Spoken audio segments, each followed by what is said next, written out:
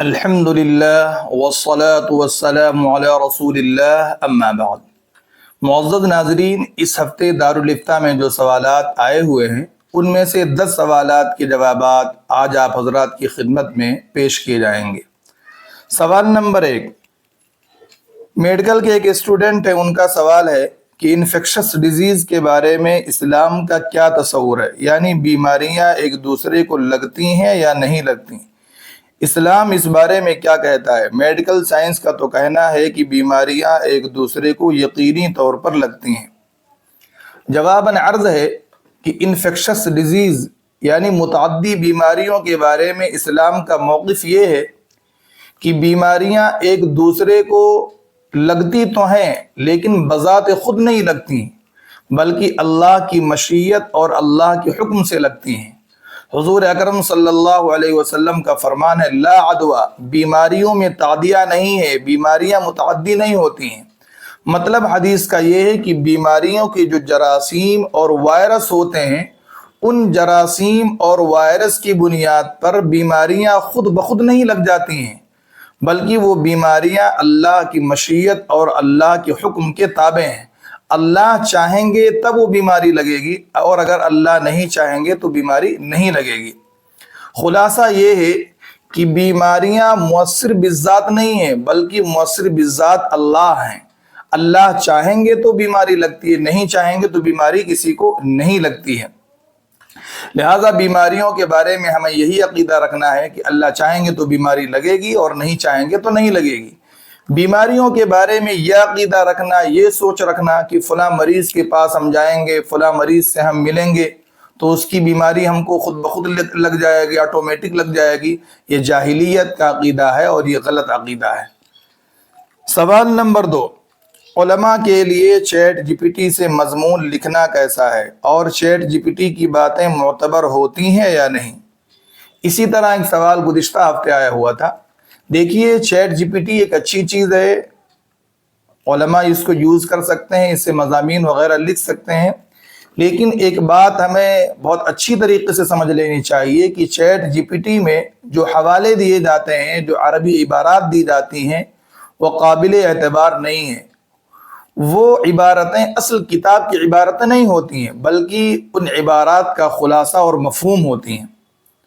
لہذا ان حوالوں پر بھروسہ کرنا جو چیٹ جی پی ٹی میں دیے جاتے ہیں ایک عالم کے لیے درست نہیں، بلکہ وہ حوالے بالکل غلط ہوتے ہیں۔ اور یہ بات میں یوں ہی نہیں کہہ رہا ہوں، بلکہ بہت مضبوطی کے ساتھ میں کہہ رہا ہوں۔ کئی حوالے میں نے خود آزمائے ہیں کہ کتاب کا بھی حوالہ دیا جا رہا ہے، کتاب کا صفحہ نمبر، جلد نمبر، اور کہاں سے کتاب چھپی ہوئی، ساری چیزیں بتائی جا رہی ہیں، لیکن وہ عبارت اس کتاب کے اندر بالکل نہیں موجود ہے۔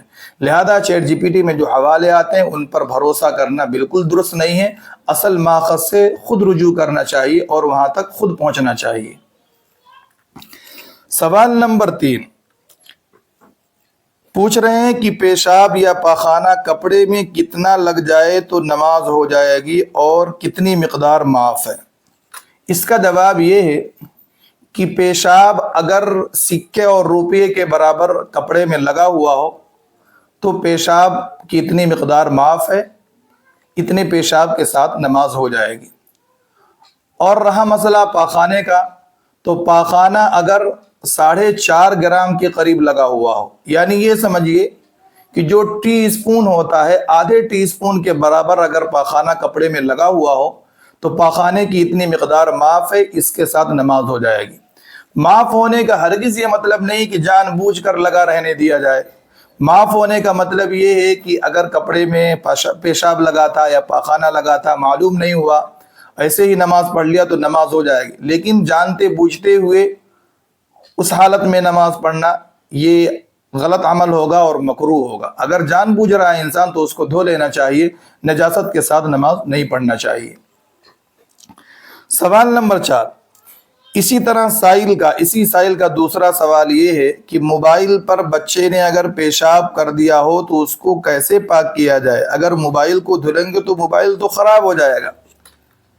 موبائل پر اگر بچے نے پیشاب کر دیا ہے تو یہ بات بالکل درست ہے کہ اگر موبائل کو دھلا جائے تو موبائل خراب ہو جائے گا۔ بعض علماء نے تو فتوے میں یہ بات لکھ رکھی ہے کہ موبائل کو دھونا ضروری ہے. بھائی دھوئیں گے تو موبائل خراب ہو جائے گا, اور آج کل موبائل تو بڑے مہنگے مہنگے موبائل آ رہے ہیں, اگر ان کو دھونے کا حکم دیا جائے تو انسان تو بڑے نقصان میں پڑ جائے گا.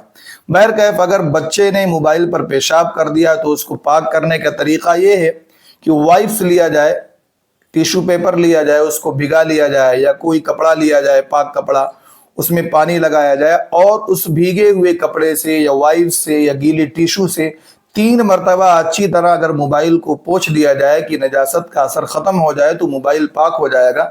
موبائل کو دھونا یہ ضروری نہیں, اور جو لوگ موبائل کو دھونے کا فتویٰ دیتے ہیں ان کو اپنے فتوے پر نظر ثانی کرنا چاہیے. سوال نمبر 5.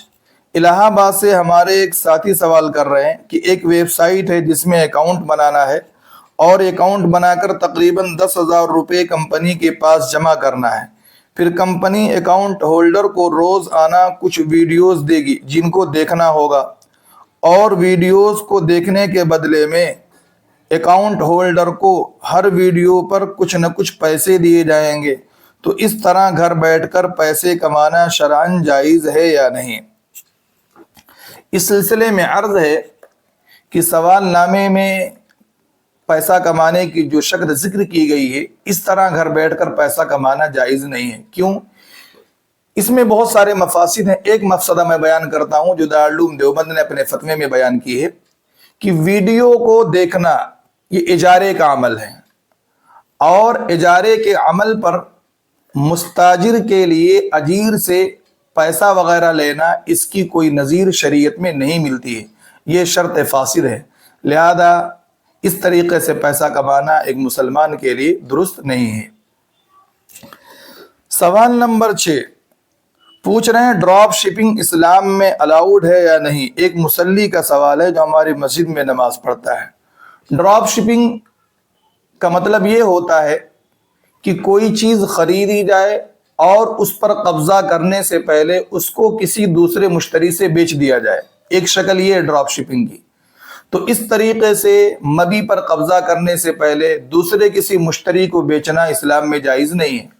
حضور اکرم صلی اللہ علیہ وسلم کا ارشاد ہے کہ اس چیز کو بیچا نہ جائے جس پر قبضہ نہ ہو. نہى النبی صلی اللہ علیہ وسلم عن بیع ما لم يقبض او کما قال علیہ الصلوۃ والسلام, کہ اس چیز کو ہرگز نہ بیچا جائے جس پر بائع کا قبضہ نہ ہو. لہذا ڈراپ شپنگ اسلام میں جائز نہیں ہے. سوال نمبر 7 پوچھ رہے ہیں کہ کسی بلڈر سے انسٹالمنٹ پہ فلیٹ خریدنا کیسا ہے؟ جواباً عرض ہے کہ اگر مجلس عقد میں فلیٹ کی قیمت طے ہو جائے اور اس قیمت کو قسطوں میں اور انسٹالمنٹ میں ادا کر دیا جائے تو اس طریقے سے انسٹالمنٹ پر اور قسطوں میں فلیٹ خریدنا جائز ہے. لیکن مجلس عقد میں فلیٹ کی قیمت طے ہونے کے بعد اور قسط بنانے کے بعد ہر قسط کے ساتھ اگر انٹرسٹ کے نام پر کچھ رقم ایڈ کی جا رہی ہے تو اس طرح فلیٹ خریدنا جائز نہیں ہوگا, کیونکہ یہ تو سود ہو جائے گا, اور سودی قرضے کا لین دین یہ اسلام میں صحیح نہیں ہے. سوال نمبر 8 ایک صاحب پوچھ رہے ہیں کتنے کلومیٹر پر قصر کیا جاتا ہے؟ اس کا جواب یہ ہے کہ اگر کوئی شخص 77.25 کلومیٹر سفر کر لیتا ہے, یعنی 77 کلومیٹر اگر کوئی سفر کر لیتا ہے تو وہ شرعاً مسافر ہو جاتا ہے اور اس کے اوپر قصر کرنا لازم ہو جاتا ہے. اسے چاہیے کہ وہ 77 کلومیٹر پر قصر کرے.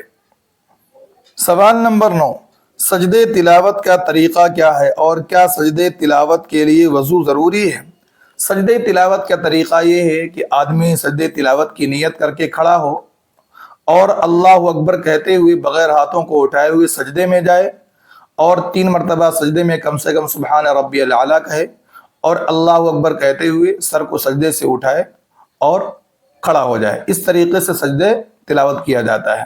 سجدے تلاوت کے لیے وضو ضروری ہے کیونکہ سجدے تلاوت عبادت ہے اور عبادت بغیر وضو کے ادا نہیں ہو سکتی, اس لیے سجدے تلاوت کے لیے وضو ہونا ضروری ہے. سوال نمبر 10 ایک ساتھی کا سوال ہے کہ انڈیا میں کون سا میوچول فنڈ شریعت کے مطابق کام کرتا ہے؟ جواباً عرض ہے کہ کہنے کو تو لوگ کہتے ہیں کہ 1500 سے زیادہ میوچول فنڈ کمپنیاں ایسی ہیں جو شریعت کے مطابق کام کرتی ہیں، لیکن جو سب سے زیادہ مشہور میوچول فنڈ ہے وہ ٹاٹا ایتھیکل فنڈ ہے۔ اس میں تحقیق کر کے سرمایہ کاری کی جا سکتی ہے اور اس میں اپنا پیسہ انویسٹ کیا جا سکتا ہے۔ لوگ بتاتے ہیں کہ ٹاٹا ایتھیکل فنڈ یہ شریعت کے مطابق بالکل کام کرتا ہے۔ اللہ رب العزت ہمیں شریعت کے مطابق عمل کرنے کی توفیق عطا فرمائے۔ Like, comment, and subscribe.